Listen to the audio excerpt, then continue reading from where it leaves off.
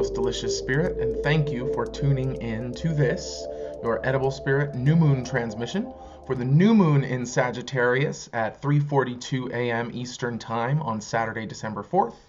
This is also inclusive of the solar eclipse, which is happening just a little before that, 3:20-ish on Saturday morning, only visible in Antarctica and some of the more southernmost regions of this world.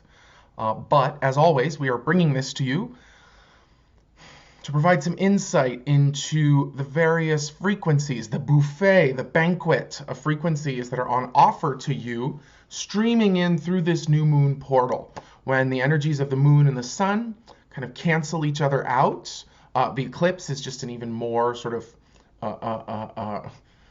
swole version of the new moon, in that because it's a solar eclipse, the moon will be blocking out the sun's rays. So, thinking of these two luminaries and how they dance around each other, the sun sort of provides us our source and our power. The moon gives a more sense of immediacy because it moves so quickly. And it almost is like a receiver and transmitter for some of these other frequencies, because it's hard sometimes to feel the immediate effects of like Pluto or Jupiter or Uranus or something, Saturn. They can be a little abstracted, but when they work out and line up with these inner planets, we get these more immediate manifestations of them. In some ways, the most immediate manifestation being the new moon portal, where nothing necessarily happens, but there's like a lot teed up that should you choose to activate your consciousness to align with some of these frequencies, to do some inner work or outer work, that's why we're here, to offer you some of this insight based on the astrology of this moment. So without further ado, let us just dive in here. Sun conjunct the new moon, Sun conjunct moon, basically the new moon in Sagittarius, is along with this eclipse, is an opportunity when the moon goes dark to set some new patterns, set some new intentions, just to give us a sense of what we're working on for the next 2 weeks to a month. New moon in Sagittarius is this opportunity to set intentions and create new patterns that support and actualize and even just visualize our highest intentions. It's all about aligning with our highest intentions, our ideals, our aspirations. Sagittarius, the sign of the archer, right? Drawing the bow and shooting for the mark. Shooting for the mark is one version of it, but just shooting to fucking shoot, to just see how high you can go, how far you can go. That's why Sagittarius in the 9th house have to do with higher learning, spiritual practice, religion, but spirituality. Religion, sort of. Spirituality, definitely. Because it's all about conceiving of something bigger than you think you can conceive of. Sagittarius can be really focused when everything's in alignment, but it can also be very diffusive and impulsive. It's a fire sign, so it can be a little all over the place, wild and out, so many options, all the flavors, everything's a good idea, no holds barred, okay? So any pattern that you set this month that brings you into that Sagittarian realm, you can even just ask yourself that, where do I need a little more Sagittarius in my life? Where do I need a little more of that impulsive, hopeful, optimistic, aspirational, idealistic energy? And if you do nothing else, just call on that fucking shit stirring. I always think, even though Tigger is a tiger, I always think of Tigger as like a Sagittarius, because he's not as needy as he is showy, bouncing and just being crazy. So where do you need a little bit more of that all over the place, larger than life, going beyond energy? That's a really good, question. So, it's also a wonderful time to set intentions about what you want to learn, things that you want to learn, or things that you want to teach. Two sides of the same coin, right? Students and teachers, teaching and learning. Because you don't need to know everything about a subject to teach what you know about that subject, right? If you know something and you've practiced it and you've experienced it, then it's probably okay to teach it. But if you are also coming up against what you don't know, now's a great time to expand your horizons, learn something new, find a new teacher, study something different. Yeah. The new moon and all of these Sagittarian pattern setting opportunities that it puts on offer is conjunct Mercury and opposite the North Node. North Node's about destiny, our calling, our purpose, our dharma, and the North Node in Gemini is trying in a kind of nebulous way to bring us to a collective understanding, an understanding of our purpose, North Node in Gemini, a communication of our purpose.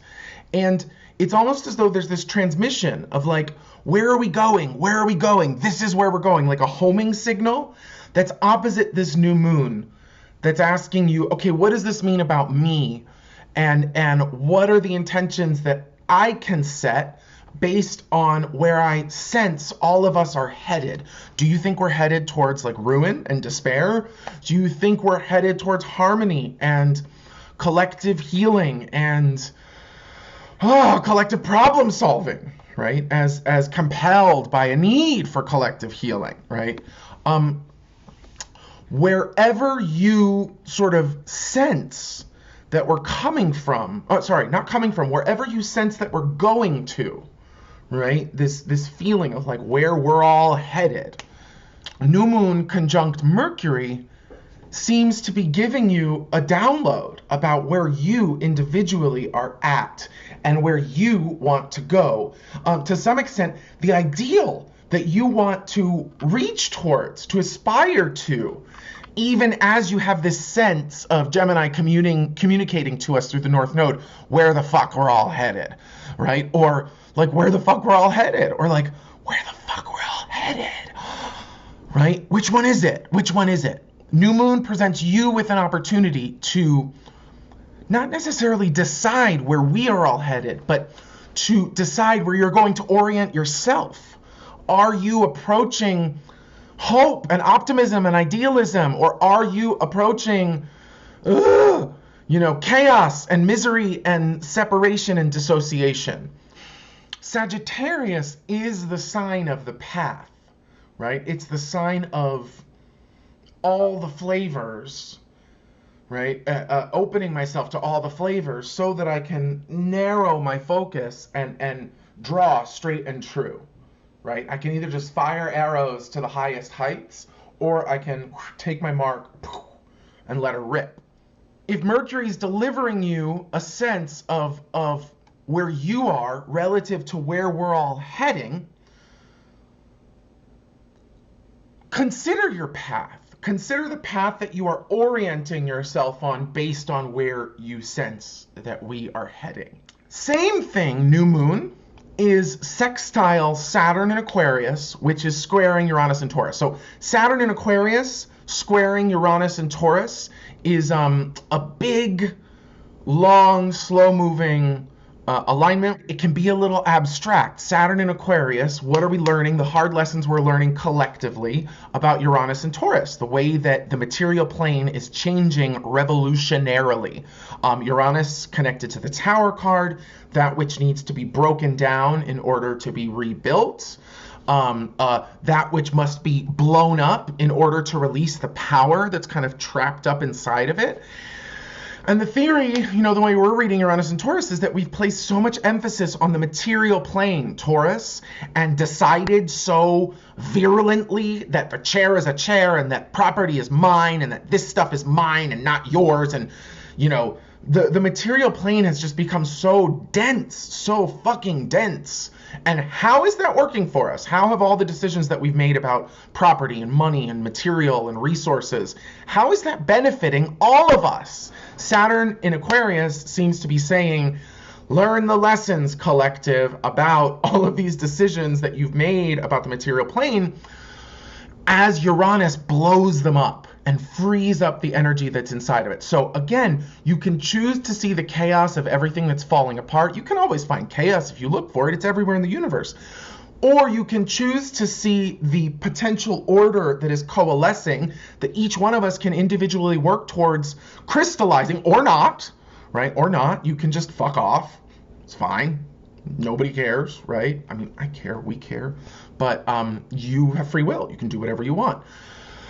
But if you choose to take the opportunities on offer to align with the frequencies that are coming in, these difficult frequencies, with some of the other alignments we're going to talk about, you can make some decisive decisions about how you are orienting yourself, which will then lead to the practical changes that you can make to contribute to the ideals that you aspire to the solutions to problems, as opposed to just the sort of ruminating on the problems, because you will find the problems if you look for them.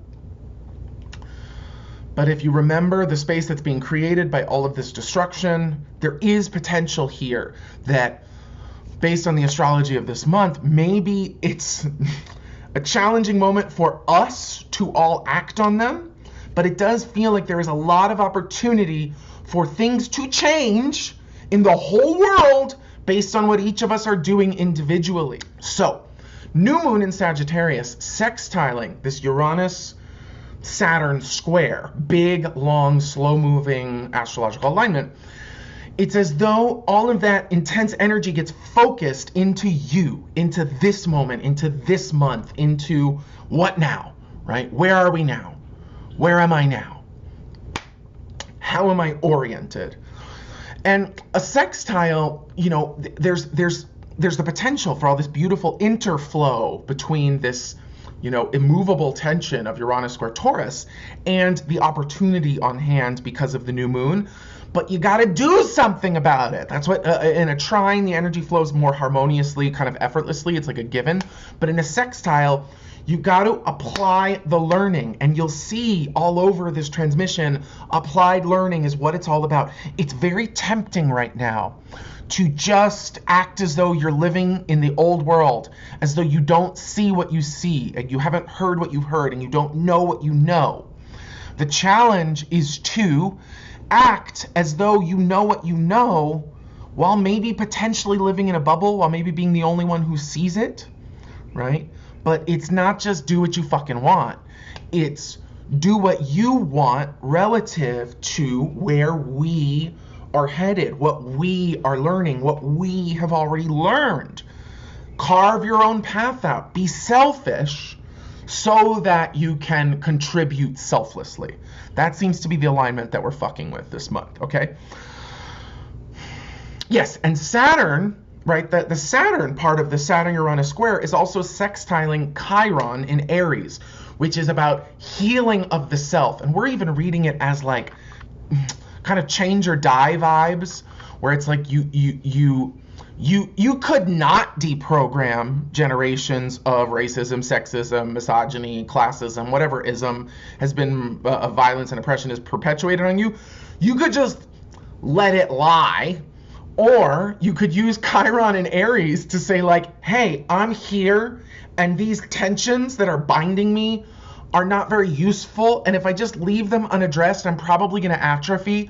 But if I actually address the effects that a system has had on me, or that, you know, the patriarchy has had on me, or that, you know, that if I actually work to bring awareness to where I feel blocked, or to where I'm triggered, or to where I am experiencing dissonance or separation from myself, or schism, right? A lack of integration. Chiron wants to synthesize everything and bring everything together in Aries, the sign of the self.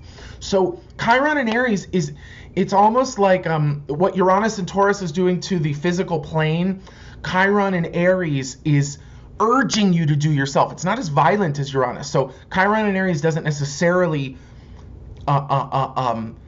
transform you whether you want to be transformed or not, it almost makes things worse. It's like it paints you into a corner.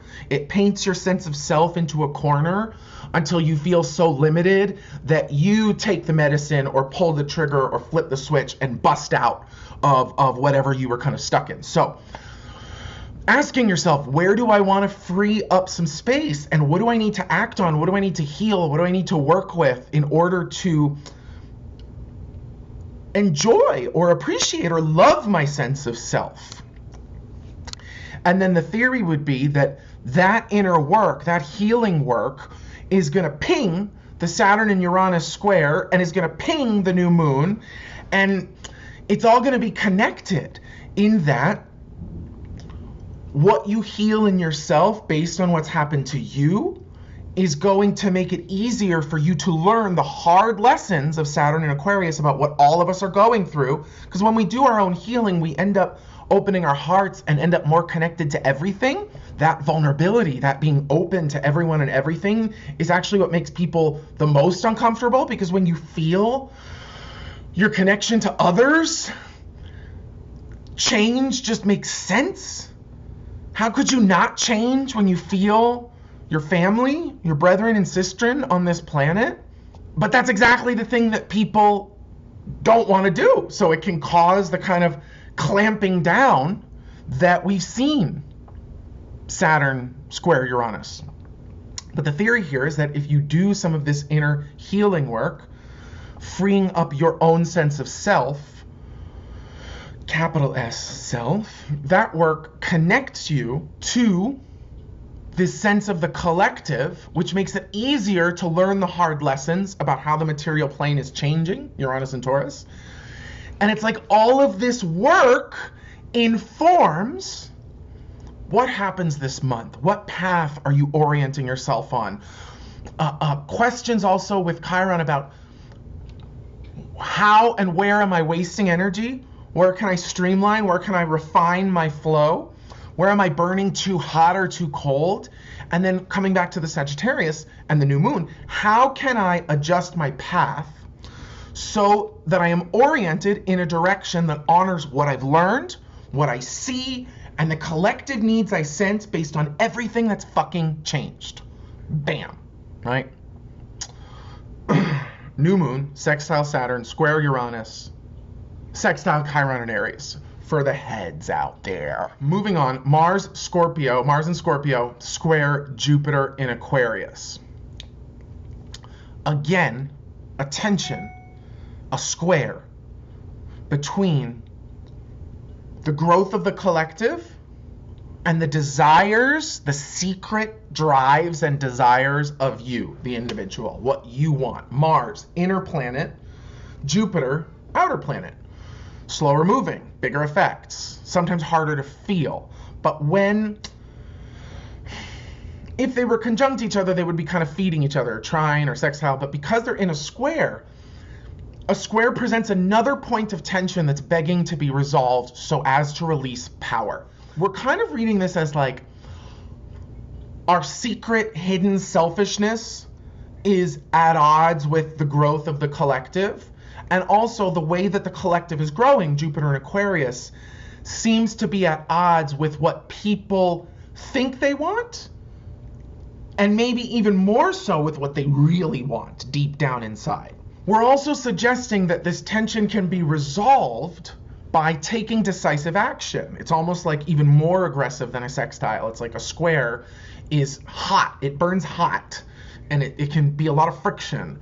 But then when you take action, it just releases light and power and flow. The question is, how do we take action, right? I would suggest using the new moon to penetrate deeply to the core of what you want, to make sure that it's what you really want. Scorpio has a lot of hidden motives. As a Scorpio sun, hidden motives. You can be doing one thing, but actually being motivated by another thing. Usually this is coming from some kind of unconscious blockage, not just an energetic blockage, but literally like a cognitive block. Like, if you're not conscious, if you're unconscious of something, it means you're not conscious of it. So this is where that Chiron and Aries part comes in. When we do healing work, it brings what's unconscious up to the level of conscious awareness so that we can then be discerning. Is this in alignment with our highest vision or highest Sagittarian ideals? Is this in alignment with our path? Or now that I can see it consciously, is it not? But it's almost as though Mars in Scorpio is saying, hey, there's a tension here, but you got to find where it is, right? Is it between what you want and the growth of the collective? Is it between what you think you want and the growth of the collective, or is it between what you actually want and the growth of the collective? The theory is that if you probe to the depths of what you actually want, what motivates you and what you're going for, you can then honestly assess if that's actually working for you. Then you will know if you need to be more or less selfish. Most likely it's going to be a combination of both. More selfish, but with the intention of contributing the fruits of your labors to the needs of the group, directly or indirectly, right? Probably going to be a combo of both. You're going to probably need to be more selfish in going after your desires, Mars and Scorpio, but using all the rest of this astrology to remember why you're being more selfish, why you're focusing on what you want and your desire and your needs as an individual. Because the theory is that if you don't honor those needs and wants and frequencies, you're gonna crap out. We're looking for the balance between the needs of the individual and the needs of the collective, not sacrificing either one of those. And like we said, this is all optional work. Not everybody does this shit. So when we do it, we're freeing up a lot of energy that has been trapped in these sort of chironic bundles, waiting to be acted on to free up more consciousness, more self, more energy, more light. And then when that energy is freed up and lit up, it lights our path. And it just begs to be distributed. It begs to be given, begs to be shared, offered somehow. Yes, so just some questions connected with Mars in Scorpio squaring Jupiter and Aquarius. Is what I want really what I want? Or is it a mask for a deeper desire? How could I take action on that deeper desire? How is what I'm going for at odds with our collective growth? And most importantly, how can the fruits of my desires and actions contribute to the greater good and the collective need I am sensing based on how we've grown, based on what's changed, okay? It's a lot of fire and air, a lot of volatility that's gonna want to be sort of grounded and soothed. But don't be afraid, be bold. It's volatile, but if you harness this the combustibility of this moment, all of the ideas and ideations and ideals and visions, and just the sort of raw fire that maybe isn't taking you anywhere outside of yourself, thanks to the eclipse cycles of the last few weeks. Maybe it's not taking you anywhere outside of yourself, but if you do some of this inner work, Sagittarius wants to just open up a whole vista of shit that you can do or imagine or change or adjust or revision within yourself that will orient you upon a path so that when we're shot out the other side of the eclipse cycle, the steps become clearer, because it's almost as though the outer world just matters less because you're so exquisitely oriented on the inside, right? Thanks to that new moon conjunct Mercury, I get where I am. And where I am is opposite our collective calling, that which is being communicated to all of us through the North Node about where we're headed, why we came here. Why did we pick these bodies at this time? We used to think it was about, purpose was much denser, right? About what are you going to build? What are you going to create? What are you going to do? And yes, it could be about building, creating, doing. But really, how are you revealing the light and the love inside of yourself, and how are you sharing that?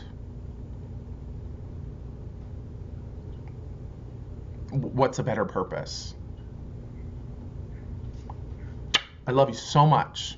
Thank you so much for tuning in to this Sagittarius new moon transmission. DM us with thoughts, comments, questions, email us, info@ediblespirit.com. Definitely visit ediblespirit.com so that you can join the mailing list. You can also find out about private sessions, individual sessions, group sessions if you have a crew that you want to do like a group aura picks sitting with. We also teach classes in small groups online. We've been doing Zoom classes. But yeah, follow us at EdibleSpirit on Instagram. Join the mailing list, book a session if you like, reach out if you have any questions. It's been a doozy of a season. Wishing you the very best of holidays and sending all of the love and light that we have mustered in our journeys to you. We don't do this for us, we do this for you. So please, please, please enjoy, digest, sample, align, and shed some light on your path, and baby, stick to it, follow it. Follow your dreams, go where you're headed. And just that little Sagittarian reminder, stay positive, stay optimistic.